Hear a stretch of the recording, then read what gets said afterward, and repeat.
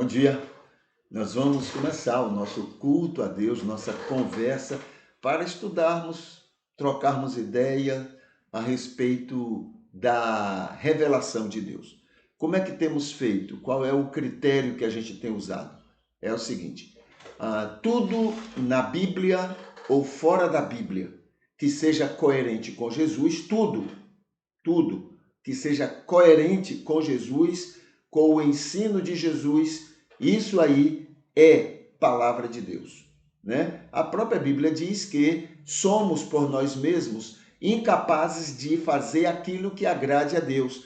Nossa capacidade vem de Deus. Ora, se Deus está fazendo aquilo, levando a gente a ser coerente com Jesus, é obra dele, é palavra dele, é revelação dele. Agora, tudo aquilo na Bíblia ou fora da Bíblia que não seja coerente com o ensino de Jesus, com a vida de Jesus, não é de Deus. Pode ser do coração do escritor, pode ser da compreensão que ele teve, né? Mas de Deus, não pode ser, né? Deus não tem duas palavras, Deus não tem duas maneiras de falar. Ele só fala por uma maneira. Qual é? O Filho, o próprio Jesus, que é Deus.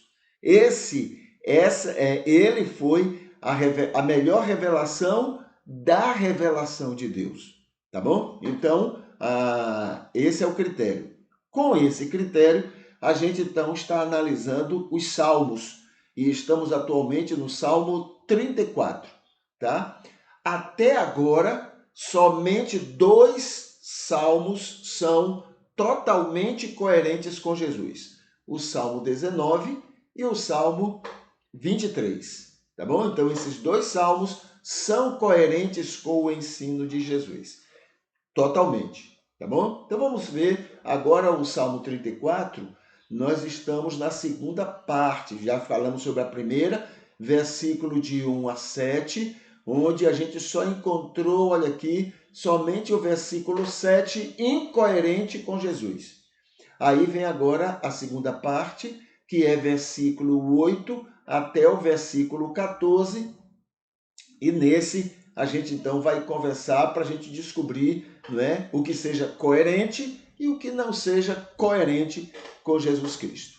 O Salmo, a gente lembra aqui o seguinte: o título que é atribuído a ele, né, pelos tradutores é Provai que o Senhor é bom, tá? Provai que o Senhor é bom.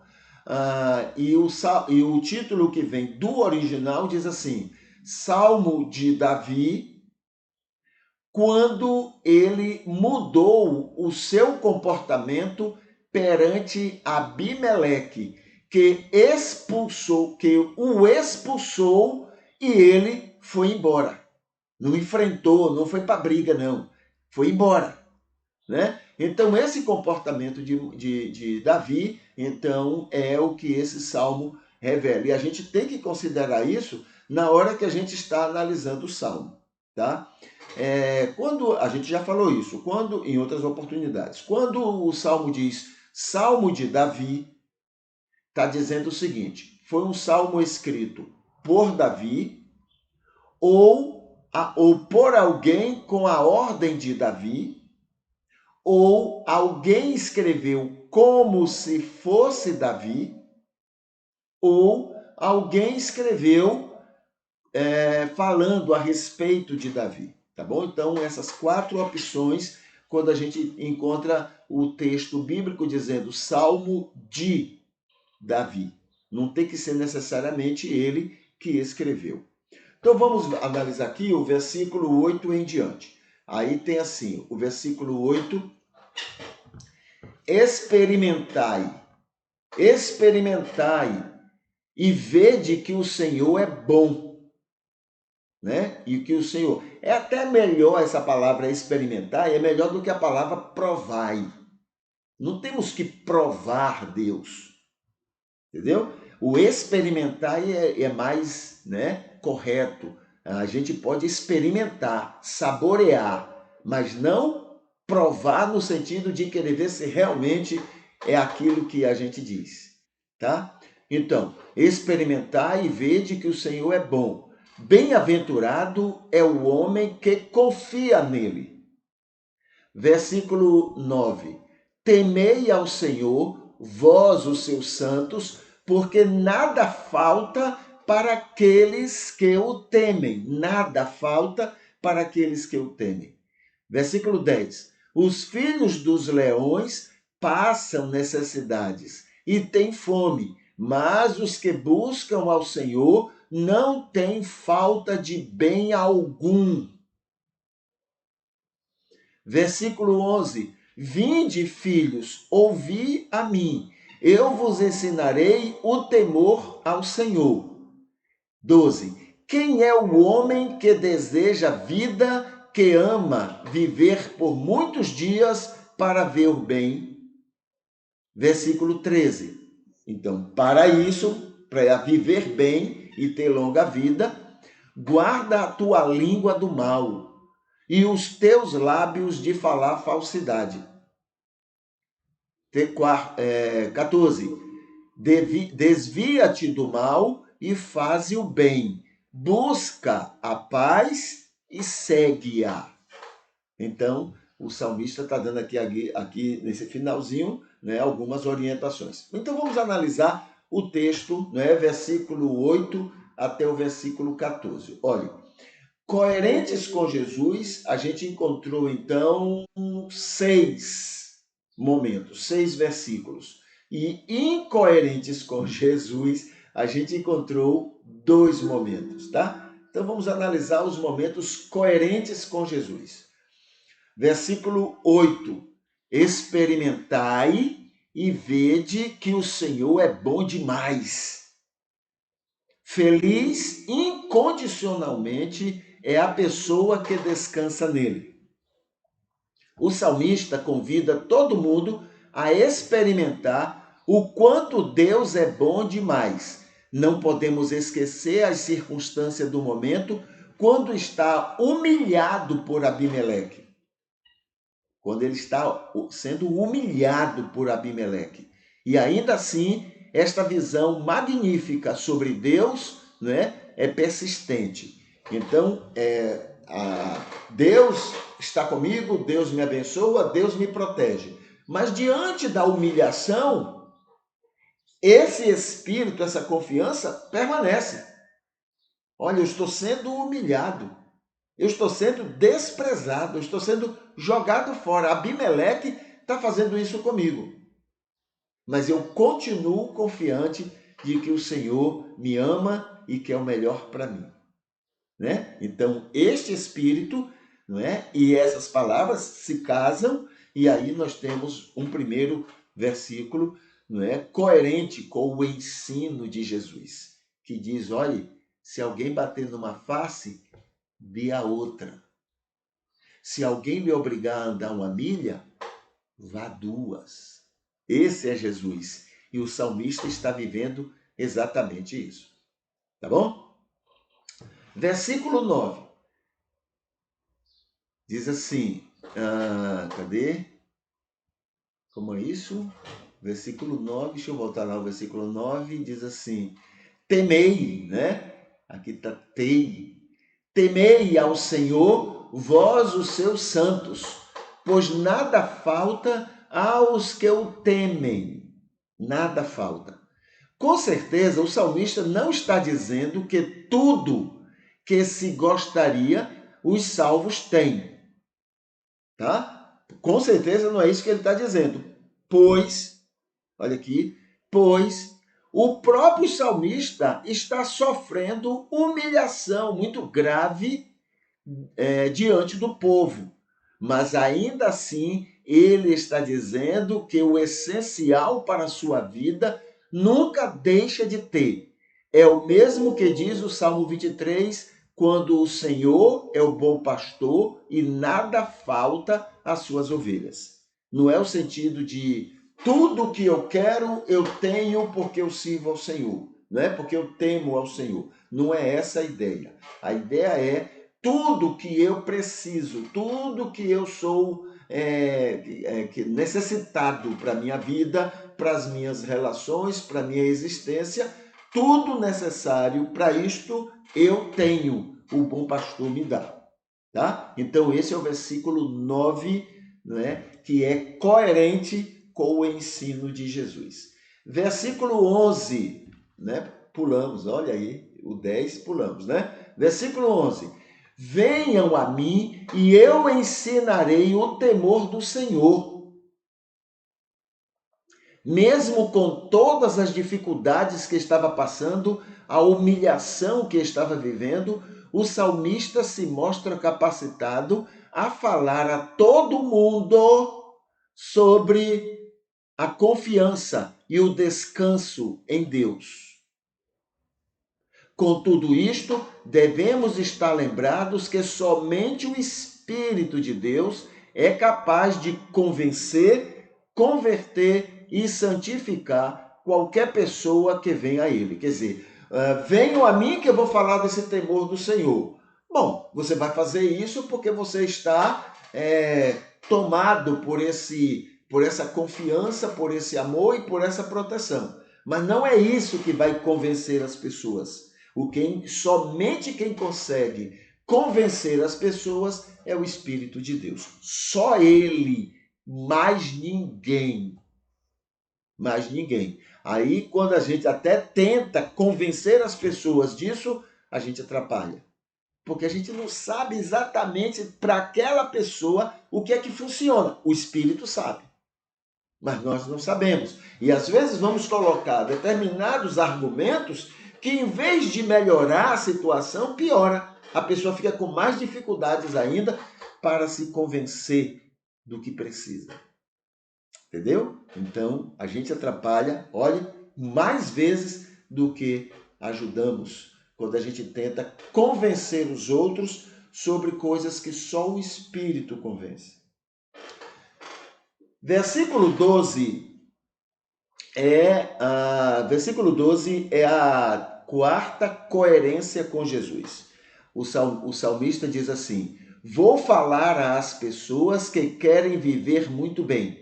Olha, eu vou falar para vocês. Ele não diz assim, venham que eu vou ensinar. Agora está dizendo, todos aqueles que querem viver bem, todos aqueles que querem ter uma vida feliz, eu vou ensinar algumas coisas agora a vocês, a partir da minha experiência, a partir da minha vivência com o Senhor, tá? Aí diz assim, o salmista se propõe a informar jeitos espirituais e existenciais para se ter uma vida longa e em paz, com quantidade e qualidade de vida, tá? Cadê? Uma vida feliz com a bênção de Deus. Ele está se propondo a dar algumas orientações, né? Hoje ele vai dar duas, né? Claro que na continuação do Salmo, porque ele vai até o versículo, esse Salmo vai até o versículo 22, né? E a gente vai ficar hoje até o versículo 14, ele vai dar somente duas orientações até o versículo 14. Então, cadê? Então é o versículo 2. Agora, a quinta coerência com Jesus, a quinta coerência é o versículo 13. É a primeira orientação que ele vai dar agora para quem quer viver bem e em quantidade, né? Versículo 13. Primeiro, guarda a tua língua de praticar o mal com mentiras.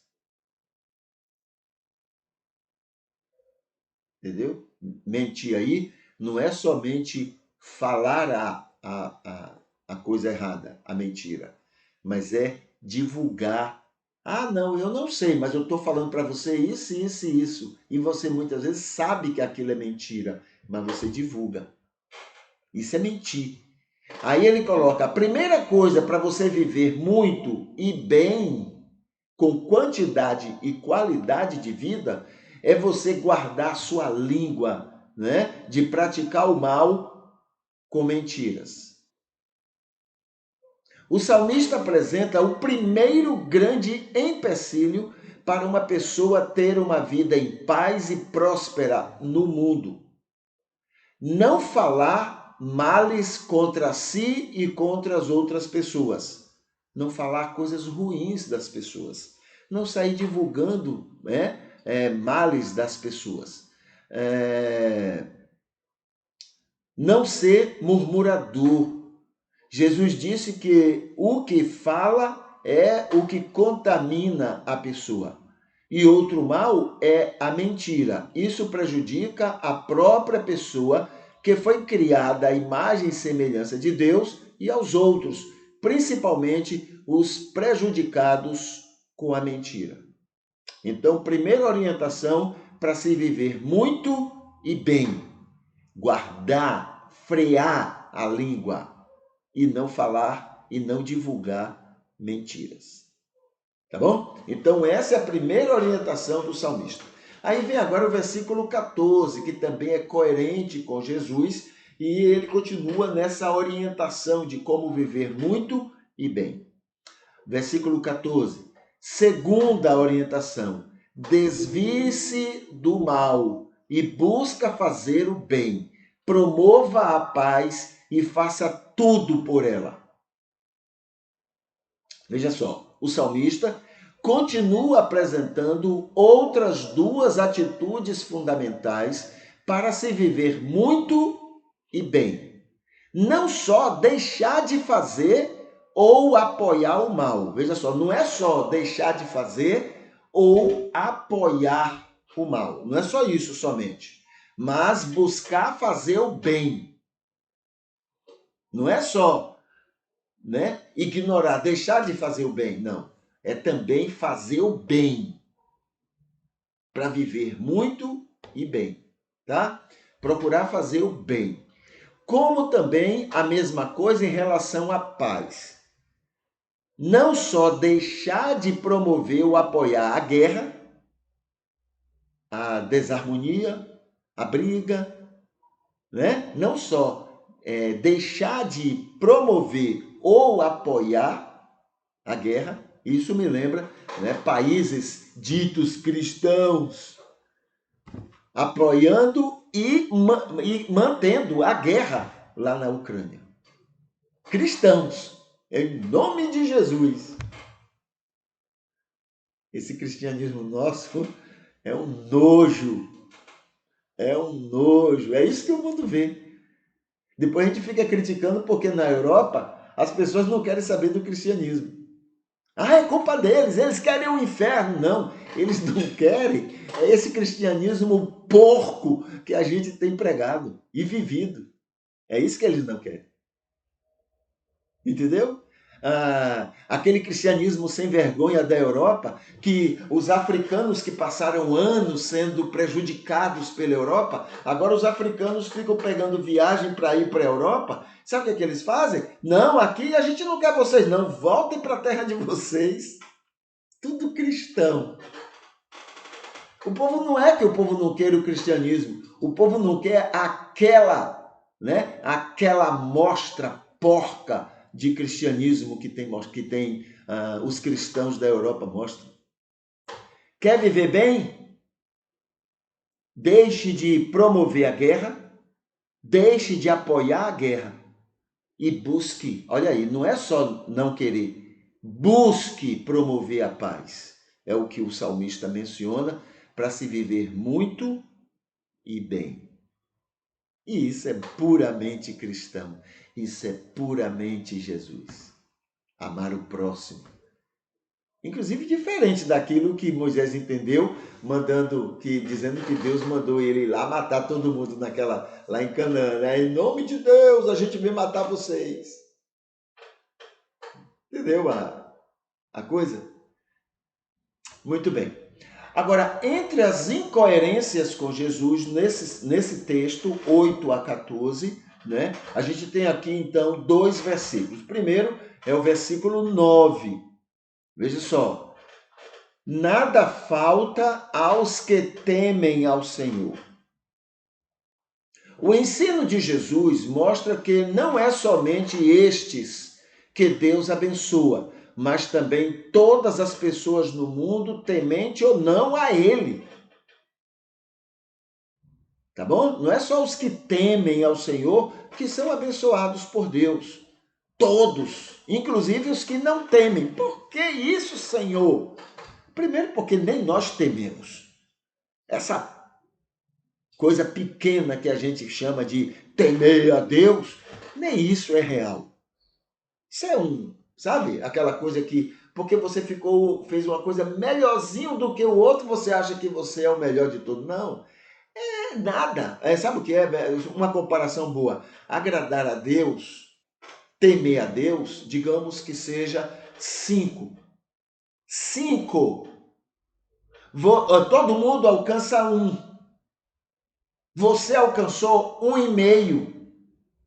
Está longe de 5. Muito longe. Então não é porque você fez mais do que o outro que você está, né, se achegado, está agradável a Deus, não. Porque você só fez um pouquinho mais do que os outros. Mas tanto você quanto os outros, tanto eu, você como os outros, está longe de agradar, de ser o verdadeiro agrado a Deus. Só a misericórdia de Deus. Entendeu?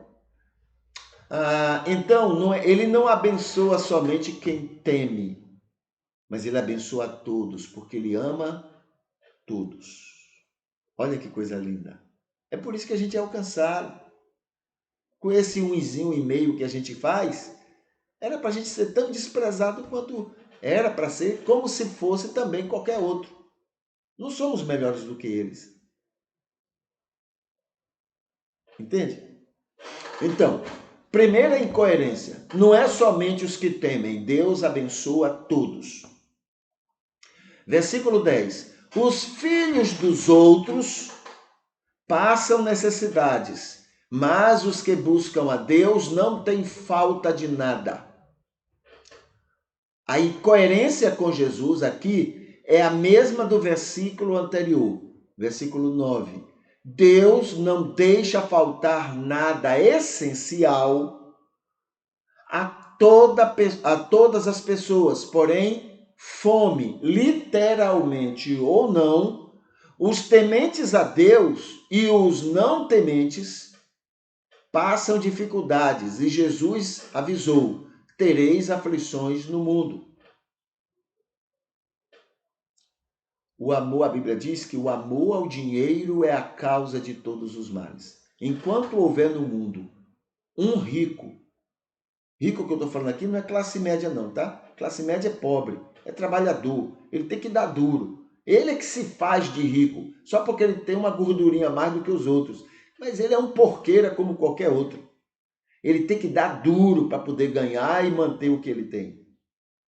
Entendeu? Agora, enquanto houver no mundo um rico, o mundo não vai ter paz. O mundo não vai ter tranquilidade, porque esse rico, com o dinheiro dele, ele é capaz de comprar tudo e todos, sempre a favor dele e para explorar os outros. Não tem rico bom. Rico bom fica pobre. Entendeu? O rico bom fica pobre. É como o caso de Nicodemos. Eu vou dar metade da minha riqueza aos pobres e a outra metade é para pagar aos que eu defraudei. Rico bom fica pobre. Não existe rico bom. Ele só está pensando no bolso dele. Ele só está pensando na ganância dele. Não tem rico bom. A gente não tem que se enganar com isso. Entendeu?